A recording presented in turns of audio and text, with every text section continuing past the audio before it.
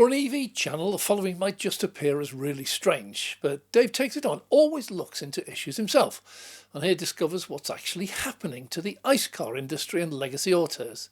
And it's not looking good. Dave Takes It On makes Saturdays a regular ICE and legacy feature video where I'll look at the latest news and movements and the likely future facing those dedicated ICE drivers, the petrol heads. Subscriber makes Saturday a regular. As a bonus, you also get a quick peep into my version of the future of the ICE world in an ever-changing world.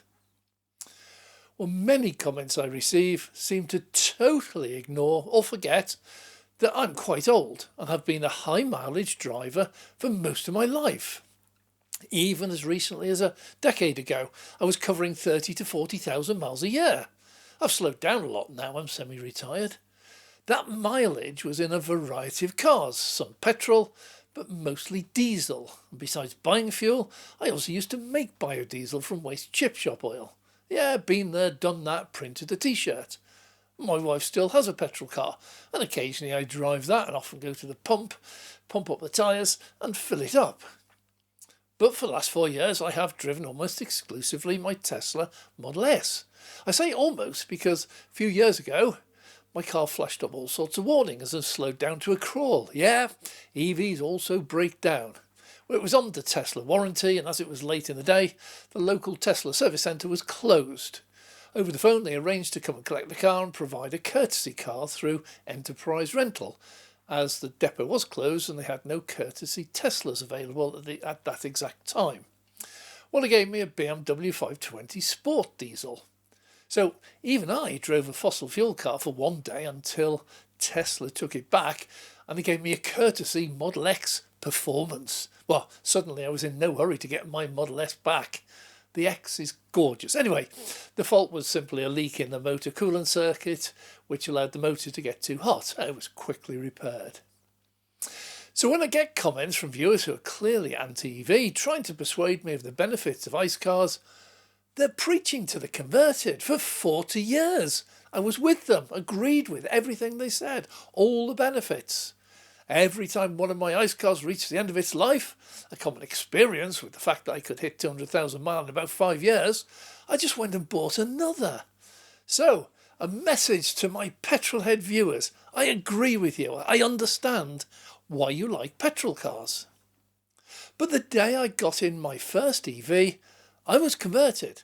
Nothing wrong with ICE, but for me this was a totally different league, a very different driving experience. So another quick message to all you petrol heads. Please, please, please go and test drive an EV. Any EV, it's totally free. Even if you violently hate EVs, despise Elon Musk, please go and test drive an EV. You have nothing to fear. Your ICE cars are totally safe for decades. EVs are not a threat to them. Oh, okay, that might come as a surprise to my EV viewers, but I tell it as it is. I need to confess here, I've never bought a new car in my entire life. I almost did. I went to buy a brand new Model 3, but instead chose a used Model S. And so this is relevant. I have had brand new cars. For many years I had company cars and got regular brand new cars, but I have never actually bought one myself. We're just skipping now over to UK sales figures. Since I started driving back in 1970, the highest number of new cars sold, EV and ICE, anything, has extremely rarely exceeded 2 million a year. The peak was in 2016, and last year, 2022, the number was down to 1.6 million. And the total number of cars on the road in the UK is hovering around the 35 million mark. At that rate, it'll take over 20 years to replace them all. Oh, but, hold on. That's simply not true. I've said I've never bought a new car, and I know that companies I work for bought new cars every year or so for the staff. And some of my friends who bought brand new cars, they do buy a new one every few years. So forget supply, even including China and Korea. The reality is that a relatively small number of people, maybe 1 million or so, buy all the new cars. The rest of us, me included, wait for the price to drop in the second-hand market until we can either afford one or can justify spending that much.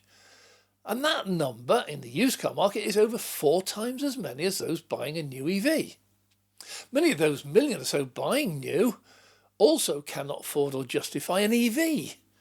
Many of us buy budget cars or cheaper family cars and are totally happy with them. My last ICE car cost me $14,000 and was 2 years old with really low mileage.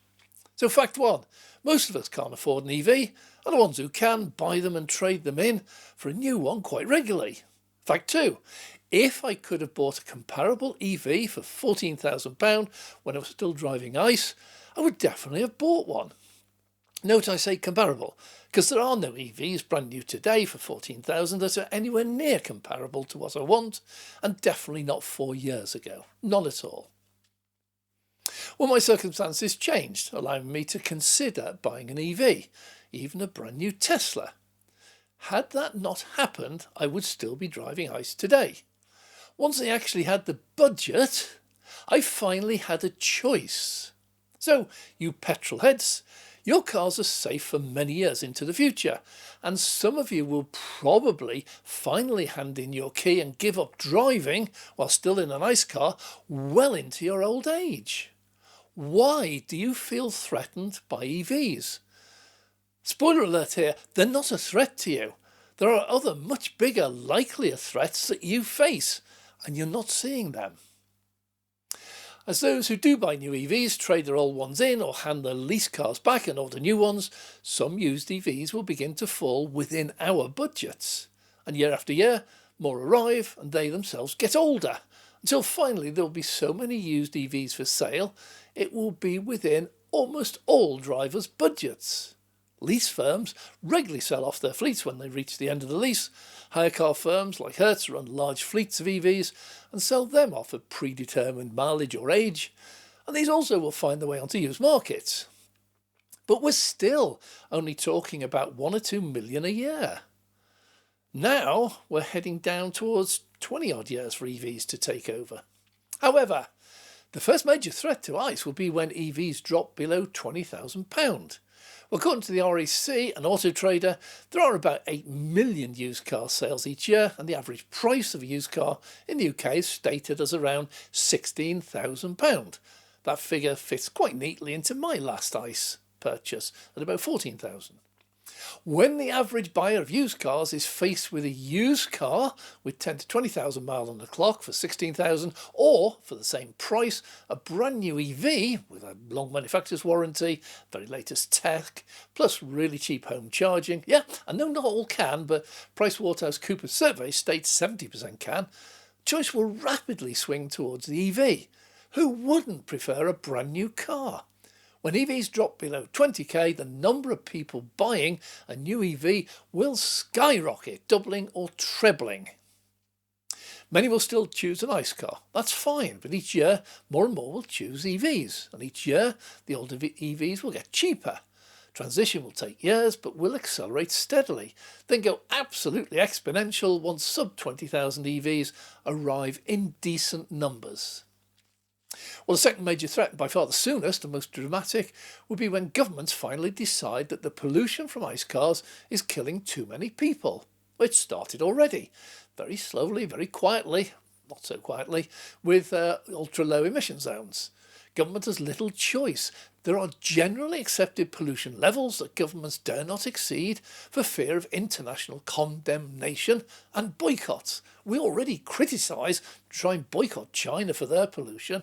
What happens if the UK becomes one of the world's worst polluters, killing its own population?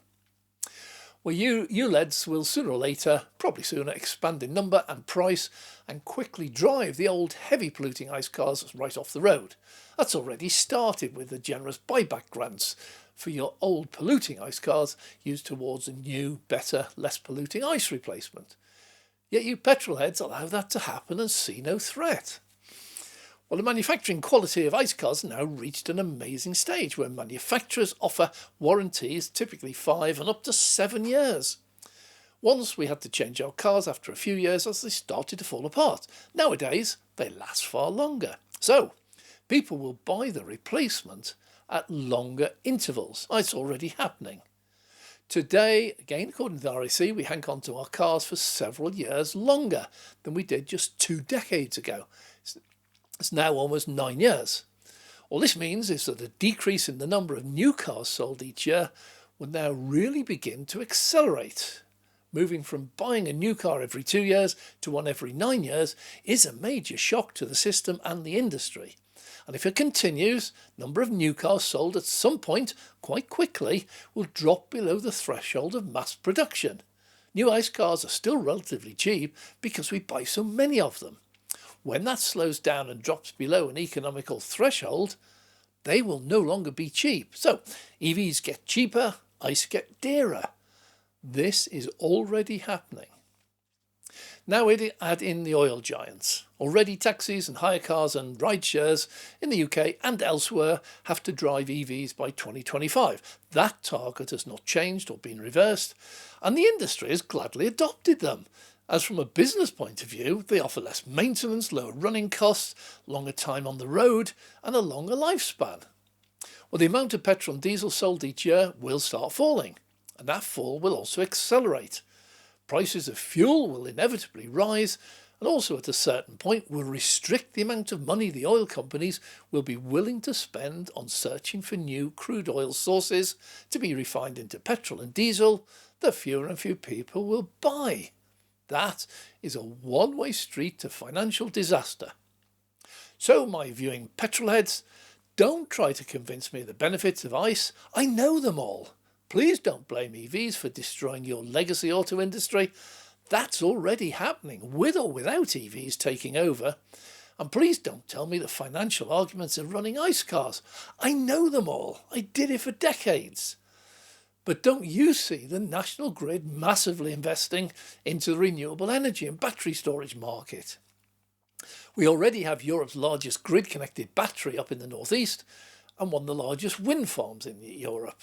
At some point in time, price of electricity will no longer be able to be artificially fixed against the collapsing price of fossil fuels, just to help the oil giants, but will be free to drop to seriously affordable levels never seen before. Clean, green and cheap. It's on its way. It's the future. And it's not EVs that are doing it. Energy today is probably the largest growth market sector in the world. It'll dwarf EV production. Not everyone needs or buys a car. Almost everyone on the planet needs and buys electricity. And those that don't yet, they will get it when electricity is cheap enough. Well, thanks for watching this far. I hope you enjoyed my look into my version of the future. Please subscribe so you'll be notified of further videos on this theme. I'm Dave.